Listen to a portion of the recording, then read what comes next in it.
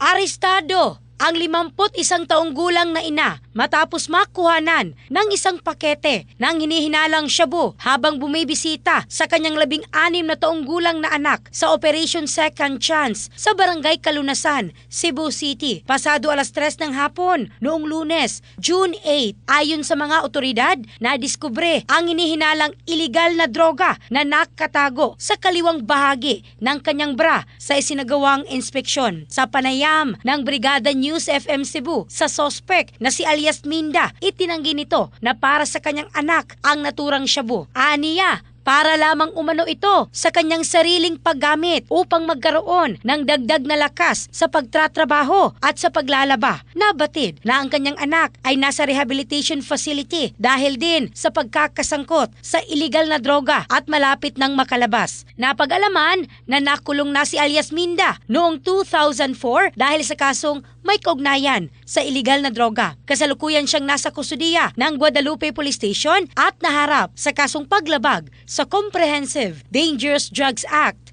of 2002. In the heart of changing lives, ako si Michelle Craste ng Brigada News Philippines, the Music and News Authority.